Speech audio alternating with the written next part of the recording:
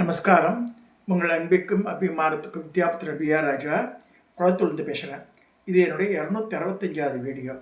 இந்த வீடியோவில் நம்ம என்ன பார்க்க போகிறோம்னா, இந்த ஸ்ரீவித்யா அப்படின்ற டாப்பிக்கை பார்க்க போகிறோம். ஜென்ரலாக எல்லாமே சாக்த தந்திரம் are you can call it in anyway.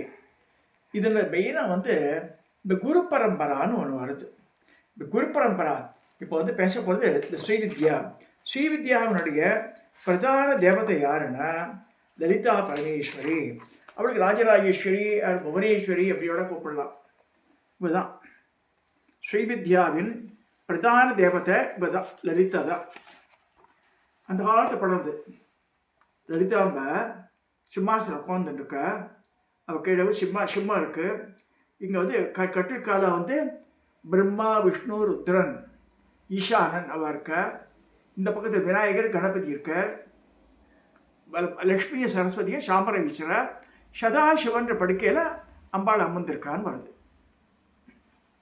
So coming to the Srividya concept. இந்த ஸ்ரீவித்யா சொல்லும்போது நிறைய பேர் பேசும்போது தெரியுது எனக்கு.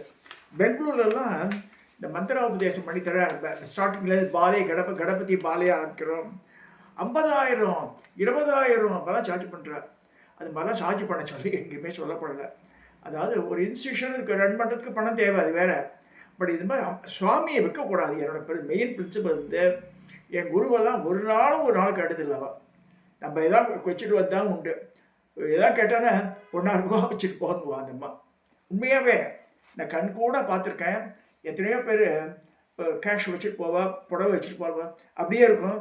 யாரோ கும்பாபிஷேகம் கேட்பா, அந்த தட்டு அப்படியே எடுத்து கொடுத்துருவா. She will not even count. She will never touch the amount.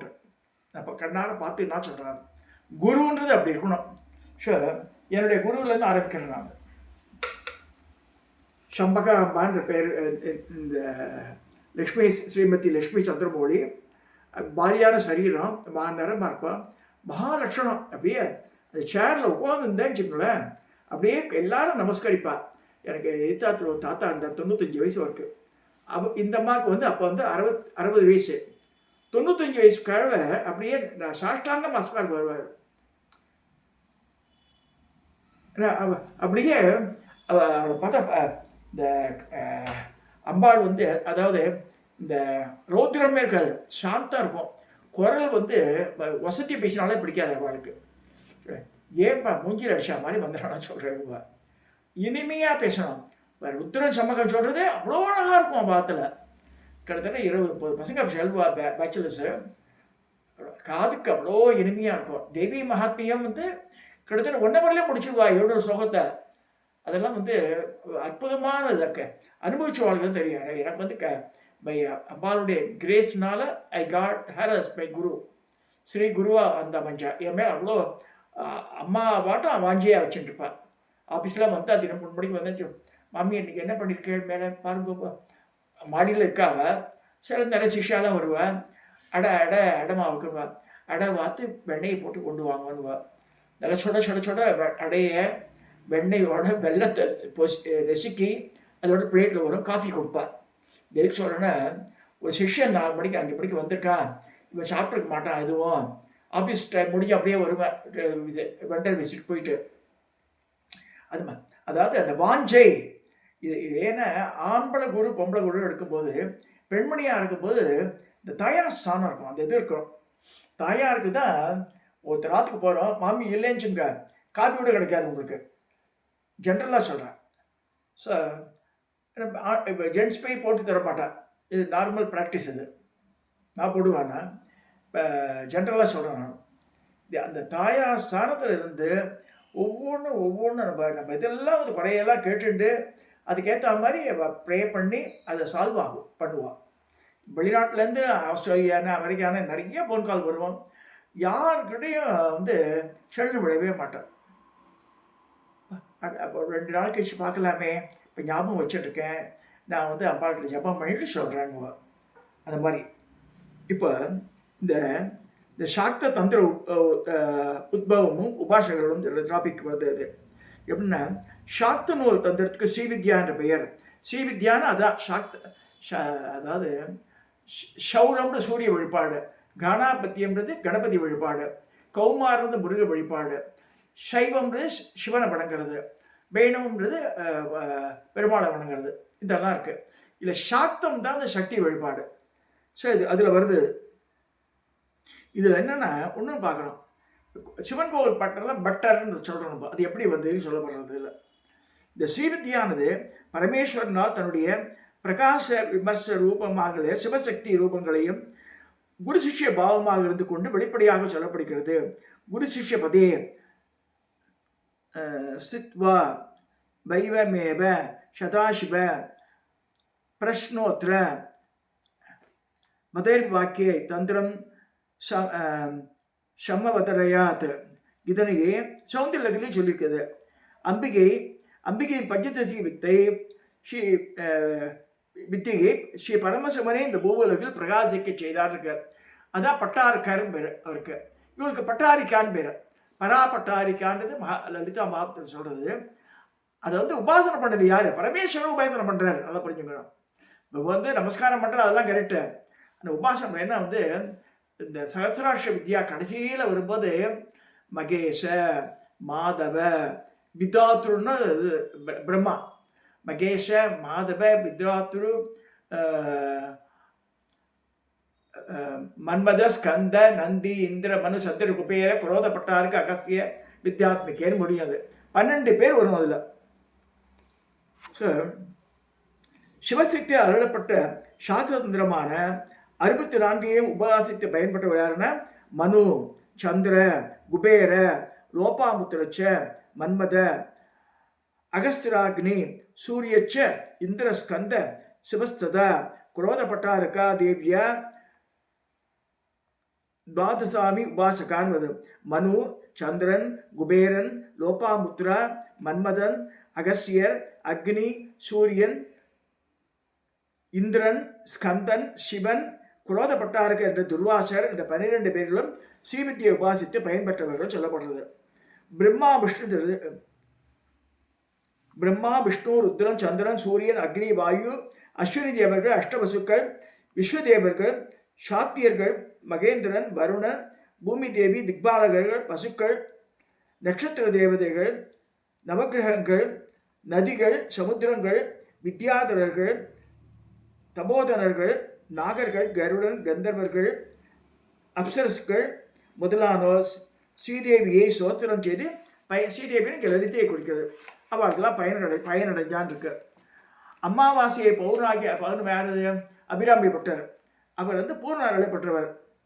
Adithan, அம்புலி, அங்கி, குபேரன், அமரதங்கோன், போதித்த பிரம்மன், புராரி புதிய முனி, காதி பெருபடை கந்தன், கணபதி, காமன் முதல் சாதித்த புண்ணியர் எண்ணிலர் போற்றுவ தையலை என்று சொல்றார் அவர் அபிராமி அந்தாதியில்.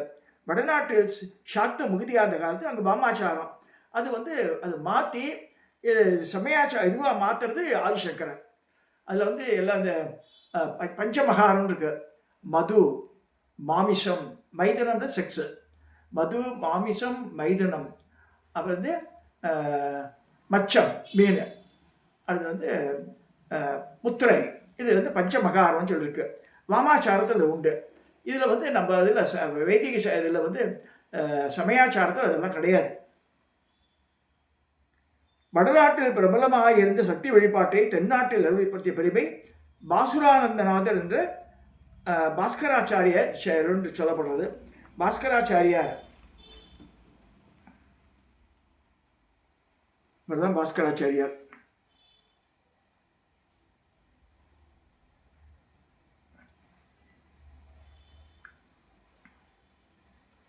அதில் வண்ணப்படம்.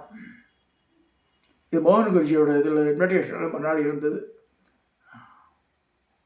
இப்போ இந்த பாஸ்கராச்சாரியாக்கு அப்புறமா இவர் சிதானந்த மகாராஜன்னு சொல்லிட்டு சென்னையில் நங்கநல்லூரில் ஒரு 50 வருஷத்துக்கு முன்னாடி இருந்தார். சுப்பிரமணிய சார் பேர் அவர் தான் ஸ்ரீவித்தியை பெண்களுக்கெல்லாம் சொல்லிக் கொடுத்தது அவர் தான். அவர்கள் 1000 பேர் இருந்த சிஷ்யர்கள். அவ்வளோ வெரி சிம்பிள் மேன். சைக்கிள் தான் போவார் அந்த காலத்தில். அவர் எப்படின்னா அப்பாவுக்கு இது பண்ணுறதுக்காக காசிக்கு போகிறார்.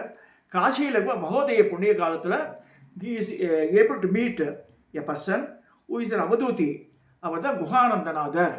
இவர் தான் குஹானந்தநாதர், அவதூதர், திகம்பரர்.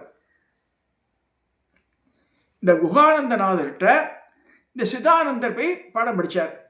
பாடம் அவர்கிட்ட ஒரு வாரம் வச்சு தங்கி கொடுத்து 15 வருஷ காலம் நீ வந்து சைலண்டாக பண்ணு, 15 வருஷ காலம் யாருக்கும் தெரியாமல் குக்கியமாக பண்ணி. அப்போ சொல்கிறார், எப்படி பார்ப்பேன்ற, திருத்தணி முருகருக்கு தை அமாவாசை போது அபிஷேகம் பண்ண, அப்போ வந்து எனக்கு விபூதி அலங்காரத்தில் தெரியலன்றார். இது வந்து பல 50 வருஷ காலம் பண்ண ஆவா. இந்த குஹானந்த மண்டலின்ற மண்டலி இப்போ இருக்கு நங்கநல்லூரில். அவருடைய பரம்பரை பின்னாடி பேர பசங்களாம் இருக்கா. ஸோ அவள் வந்து நடத்துகிறாத ராஜமாமியன் தான்.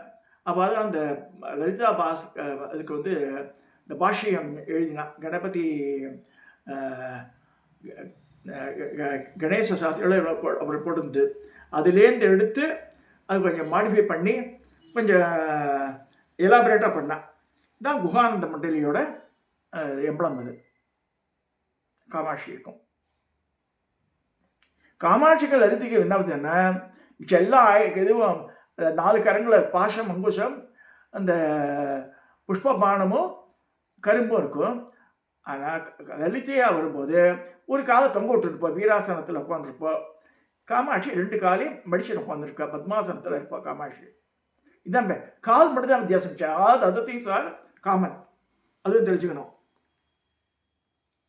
இந்த காமாட்சி அம்மன் கோவிலில் பல வருஷ காலம் சிதானந்தரோட சிஷ்யரான பாலானந்தநாதன்ற காமகோடி சாஸ்திரி அவர் தான் எங்கள் குரு பரம்பரையில் வந்தவர். இவர் வந்து பாலானந்தநாதர் அலிஸ் காமகோடி சாஸ்திரி. இவருக்கு உலகம் முழுக்க சிஷ்யர்கள் இருந்தார். எல்லா ஜாதி, எல்லா வகுப்பு எல்லாருமே இருந்தா அவர்கிட்ட. எல்லா நாட்டுக்காராலும் இருந்தா. இப்போ பையன் சுரேஷ் பையன் இருக்கான். அவள் பார்த்துக்கிறா. அது இது இவளுக்கு தான் நர்மதை நதியிலேருந்து நதிக்கரை ஓரத்துலேருந்து ஆதிசங்கர் 32 ஃபேமிலி ஆகிட்டு வர்றார் ஸ்ரீவித்யா பரம்பரையை. அவளுக்கு சொல்லி கொடுத்து அது பிரகாரம் தான். அதாவது துர்வாச கல்பம் பெரிய எலாபரேட்டட் பூஜை. அடுத்து பரசுராம கல்பம், அப்புறம் தத்தாத்திரேய கல்பம் வருது. சரி, அதுக்கு தத்தாத்திரேய கல்பம் எடுத்தாலே கிட்டத்தட்ட 3 hours போகிறது அவங்க ஜபாலாம் பண்ணுறதுக்கு. எங்கள் குரு வந்து பாராயண காத்தாலும் 3 மணிக்கு எழுதிப்பார். மார்கழி மாதம் இப்போ எழுதுக்கிறார் 4 மணிக்கு, அதெல்லாம் ஒன்றும் இல்லை. 365 நாளும் 3 மணிக்கு எழுந்துட்டுருவோம். எழுந்து குளிச்சு கொண்டு இந்த பாராயணத்தில் உட்காந்துட்டுருவோம். பாராயணம் தான் மெயினாக வாழ்து. இந்த பாராயணம் பண்ண அது வந்து காத்தால 3-4 மணிக்கு ஆரம்பிச்சானா 8 மணி ஆகும் காத்தால முடியறதுக்கு. அது அப்போ அதுக்கப்புறமா தான் எதை காஃபி கிப்பி சாப்பிட்றது அது மாதிரி இருந்தாவ. ஸோ இப்போ என் குருவை காமிச்சிட்டேன் நான் சம்பகாம்பான்ற போல. இப்போ வந்து இந்த குஹானந்தருடைய சிஷ்யரான சிதானந்தர், சிதானந்தருடைய சிஷ்யரான பாலானந்தர். என்னோட குரு ஸ்ரீ குரு சம்பகாம்பா. சம்பகாம்பா இந்த ஸ்ரீ குரு, அது வந்து பரமகுரு. பரமகுரு வந்து பாலானந்தநாதர், ஸ்ரீ குரு பரமகுரு. பரமேஷ்டி குருன்றது சிதானந்தநாதர், பராபர குரு வந்து குஹானந்தநாதர். இதுதான் ஆர்டர். இது ஏன் பேச வேண்டிய சப்ஜெக்ட் வந்தீங்கன்னா, என்னுடைய சிஷ்ய பையனாட்டம் அவனை ட்ரீட் பண்ணுறேன். என் பையனாட்டமே வச்சுப்பேன். ரகுராமன் இருப்பேன் வந்து ஃபர்ஸ்ட் கிரிட்டிக். எனக்கு என்னுடைய இதில் எதாவது டிஃபெக்ட் இருந்தாலும் போட்டுருவான், நல்லா இருந்தாலும் அப்ரிஷியேட் பண்ணுவான். கோயம்புத்தூரில் இருக்கான் அந்த பையன். ரொம்ப எனக்கு ஆச்சரியமாக இருக்கும். அந்தனர் கிடையாது, அந்தனர் அல்லாதவன். எவ்வளோ விஷயங்கள் தெரிஞ்சிருக்கான் சின்ன வயசுலேயே. எனக்கு அதெல்லாம் ஆச்சரியமாக இருக்குது. இந்த காலத்தில் அந்தனர் தான் வசதி சொல்லவே முடியாது. எல்லா குழந்தைகளும் எல்லா சின்ன சின்ன பசங்க தான் they are trained to learn a lot.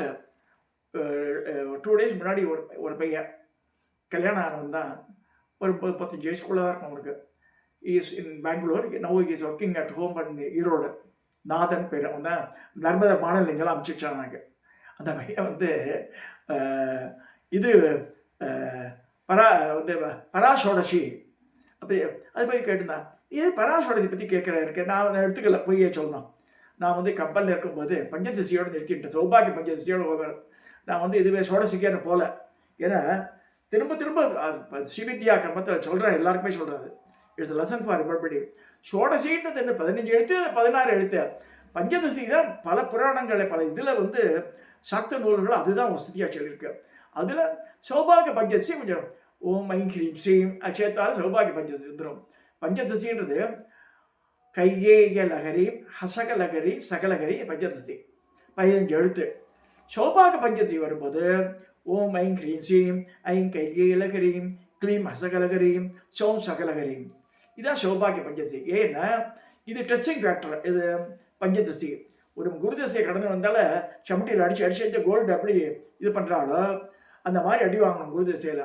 இருந்தாலும் பண்பட்ட அளவு ஆயிடலாம். அவ்வளோ அடி வாங்கிறதுக்கு உடம்பு சத்து இருக்கா, நம்ம பலம் இருக்கா, பணம் இருக்கவனுக்கு இல்லை. ஸோ அந்த நேரத்தில் வந்து சௌபாகிய பஞ்சதசின்னா டெஸ்டிங் அவ்வளோ நடக்காது நம்ம லைஃப்பில். அதுக்காக தான் சௌபாகிய பஞ்சதசி படுத்துக்கோன்னு சொல்லுவேன். குரு மாதா சொல்லுவா. ஸோ பஞ்சதசின்னு சொல்லுவேன் நான். சௌபாகிய பஞ்சதசி நான் நிறைய சொல்லுவேன். அதை விட காமியம் இதுக்கெல்லாம் வந்து சௌபாகிய பஞ்சதசி தான் வந்து தட் இஸ் ஆப்ட் மந்திரம். நல்லா புரிஞ்சுக்கணும். அதை இதை நான் வந்து பயன் அடையிறதுனால சொல்கிறேன் உங்களுக்கு. நான் எப்பயுமே வந்து நான் ட்ரையல் பண்ணாமல் யாருக்கும் எதுவும் சொல்லித்தர மாட்டேன். இந்த உபதேசம் ஆனாலும் சரி, ஐ வாண்ட் டு ட்ரை, பார்த்து அதை கரெக்டாக பண்ண. அடுத்ததாக நிறைய பேர் சொல்கிறேன் இந்த ஞாசங்களே சொல்லி தரேன். ஞாசம் உண்மையாக சொல்கிறேன், சத்தியமாக சொல்கிறேன். எனக்கு 74 வயசு பிறந்தாச்சு. ஞாசங்கள் ப்ளஸ் இந்த அங்கன்யாசம் கரன்யாசம் சொல்லி தியான ஸ்லோகம் சொல்லி அதே மாதிரி இந்த பின்னாடி திருப்பி சொல்லி முடிக்கிற மந்திரத்தை அந்த மாதிரி ஒரு மந்திரம் சொன்னால் ஒரு 2-3 மந்திரத்துக்கு மேலே சொல்ல முடியாது. அண்ட் டு பி ஃப்ரேங்க், அதை வந்து இப்போ பூஜா கிரமத்தை வந்து பண்ணும்போது ஒரு பர்டிகுலர் தேவதைக்கு பண்ணும்போது பண்ணுங்க. அதை மிச்ச நேரத்தம்மா மூலமந்திர ஜபம் தான் முக்கியம். ஒருத்தர் கேட்குறாரு மடமடன்னு இப்பயே முடிச்சு கணபதி சொல்லி பாலா சொல்லும்போது எனக்கு அடுத்து பஞ்சதசி எனக்கெல்லாம் 5 வருஷ காலம் ஆச்சு. அதாவது இந்த சென்ஸு நம்ம வந்து ஆர்பி ரெடி அப்படின்னு பார்க்குறா. ஸோ அந்த மாதிரி இருக்கும்போது தான் வந்து நம்ம அடுத்த ஸ்டேஜுக்கு போக முடியும். உடனடியாக அது வந்து லெசன்ஸ் ஸ்கூலில் படிக்கிற மாதிரி படிக்க முடியாது. இது வந்து அடுத்த ஸ்டெப்பு வெதர் அந்த உபாசகன் ஆர் சிஷியன் whether is ready for next step. அவன் பாஸ் பண்ணலாமா கூட இல்லையா இன்னொரு வருஷம் படிக்கிட்டோன்னு விட்டுருவா குருவர்கள்லாம். ஸோ ஆனால் இப்போ இருக்கிற காலகட்டத்தில் நிறைய பணத்தை வாங்கிட்டு நிறைய பேர் ஏதோ சொல்லித்தரான்றா. எப்படி சொல்லித்தராலும் எனக்கு தெரியல. இருக்கு இப்போ எங்கேயா இருக்கா இதுலேயே வந்து பேர் வீடியோ கால்லேயே சொல்லி கொடுத்துட்றா எல்லாத்தையும். பட் பணத்தை மட்டும் we have to remit அப்படின்ற அது மாதிரிலாம் சொல்லப்படவே இல்லைங்க. அந்த மாதிரிலாம் not advisable to take such things. ஏன்னா குருன்னு ஒருத்தர் இருந்தால் தினம் ஒரு ஊர்லேயே இருந்தால் ஒரு நாளைக்கு ஒரு தடவையாக 2 தடவை பார்க்கணும் 3 தடவை பார்க்கணுன்னு இருக்கு. அட்லீஸ்ட் கொஞ்சம் தள்ளி இருந்தால் வாரத்துக்கு ஒரு நாள், அது மாதத்துக்கு ஒரு நாள் பார்க்கணுன்னு இருக்கு. ரொம்ப தள்ளி இருந்தால் வருஷத்துக்கு ஒரு நாள் பார்க்கணும் அவளுக்கு. சரி, குருவை பார்த்து நமஸ்காரம் பண்ணி பண்ணுறது ஒரு தனியே இது அழகு அது. ஸோ அப்போ தான் கருத்து பரிமாறணுன்றது அப்போ தான் வரும் அது. ஸோ அதனால் தயவுசெய்து ஜப்பு பண்ணாதுங்க. தயவுசெய்து இந்த ஃபஸ்ட்டு கணபதி, மாலை, சண்டி, அப்புறம் வந்து பஞ்சதசி போய்க்கலாம். இல்லைன்னா புவனேஸ்வரி இதெல்லாம் முடிச்சிடணும். அப்புறமா தான் மிச்ச தேவதைகள்லாம் வருது. எல்லாத்தையும் தெரிஞ்சுக்கணும். எல்லாத்தையும் தெரிஞ்சுக்கணும். எப்படி அப்ளை பண்ணி விழுத முடியாது. ஏன்னா சில பேர் சொல்கிறா இத்தனை லட்சம் ஜபம் பண்ணால் அதில் 10% ஹோமம் பண்ணோம், அதில் 10% பிராமண போஜனம் பண்ணணும். எனக்கு வந்து கிட்டத்தட்ட 30 வருஷமாக நான் வந்து இந்த நவராத்திரி, சிவராத்திரி, குரு பூர்ணிமா அதெல்லாம் கண்டக்ட் பண்ணுவேன். ஒரு அட்லீஸ்ட் ஒரு பூஜை சிவராத்திரிலாம் 100 பேர் 200 பேர் சாப்பிடுவா. ஸோ அதுக்கு அரிசி முட்டையெல்லாம் வாங்கி போட்டுருவேன். நான் சமயக்காரை வச்சுருவேன். ஸோ எனக்கு எப்படியா காம்பன்சேட் ஆகிடும். இந்த போஜனம்னு சொல்கிறது சமூகறது ஒரு வருஷத்தில் 500 பேருக்கு சாப்பாடு போட்டுருவேன் நான். 300-400 பேருக்கு. இது எதுக்கு சொல்ல வரேன்னா அந்த கோட்பாடு எடுத்து அதெல்லாம் ஃபாலோ பண்ணணும். Best thing. அதெல்லாம் முடியாதவ என்ன செய்யறான்னு ஜபத்தை பண்ணுங்க, மூலமந்திர ஜபத்தை பண்ணுங்க, தியானத்தை சொல்லுங்க, தெரிஞ்சுங்க. அதை யார் ரிஷி, எது சந்தஸ், எது காயத்ரி அதெல்லாம் தெரிஞ்சுக்கணும். தெரிஞ்சுட்டா போதும் ஓரளவுக்கு. இந்த மந்திரத்தை வந்து தியான ஸ்லோகத்தை சொல்லும்போது அந்த ரூபம் வந்துடணும் ஏற்ற மாதிரி. ஸோ அதை வந்து பண்ணணும் இப்படிலாம் சொல்லி இதில் வந்து don't be misguided by people. படத்தை கொடுத்துடா வந்து அவெல்லாம் பண்ண முடியாது. Again I repeat. நான் என்னுடைய நித்தியப்படி பூஜையிலேயே வேரியஸ் திங்ஸ் முதல்ல கேட்டுருவேன்.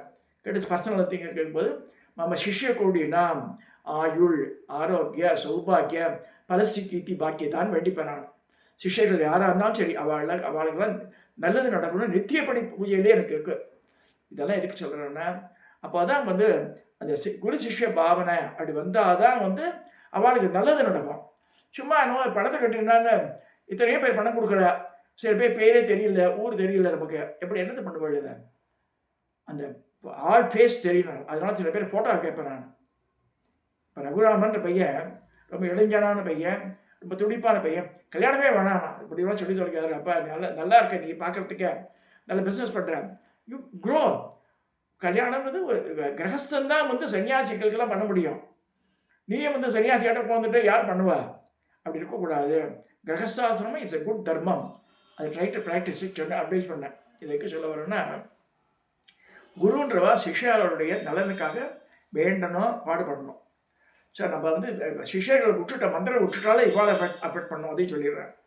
ஸோ அதனால் நிறைய don't try to learn and more and book reading தனி, பட் மந்திரோபதேசன்றது குரு மூலமாக குரு ஓகே சொன்னால் தான் அதுக்கு அடுத்த ஸ்டெப்பே போகணும்னு சொல்லி இந்த பதிவை இந்த ஸ்ரீவித்யா கிரமத்தை வச்சு நம்ம ஏமாறாதவங்க, நிறைய பேர் பணம் பண்ணுறாத பீப்புள் ஆர் மேக்கிங் ஃபூல்ஸு. அதனால் தயவுசெய்து அந்த வலையில் மாய வலையில் போய் மாட்டிக்காதுங்க. அதனால் உடனே அடுத்த நாள் அப்படியே சந்திரனுக்கு போகலாம், மார்ஸுக்கு போகலான்ற மாதிரி சொல்கிறா. அப்படிலாம் கிடையாது. இது எனக்கு கிட்டத்தட்ட என் குருவோட இது பண்ணும்போது இட்டுக்கு ரியலி போட்டு காலமே மோர் தென் 10 years மேலே ஆகிடுது. கிட்டத்தட்ட I had about 25 to 30 years link with her. அதனால தான் எனக்கு ஏபிள் டு அவள் அங்கே மேலேருந்து குருமண்டலத்திலேருந்து பார்க்குறா, நம்மளை நம்ம என்ன பண்ணுறோன்னு பார்க்குறா. இந்த எண்ணத்தோடு செயல்படுங்கன்னு சொல்லி நான் இந்த பதிவை நிறைவு செய்கிறேன்.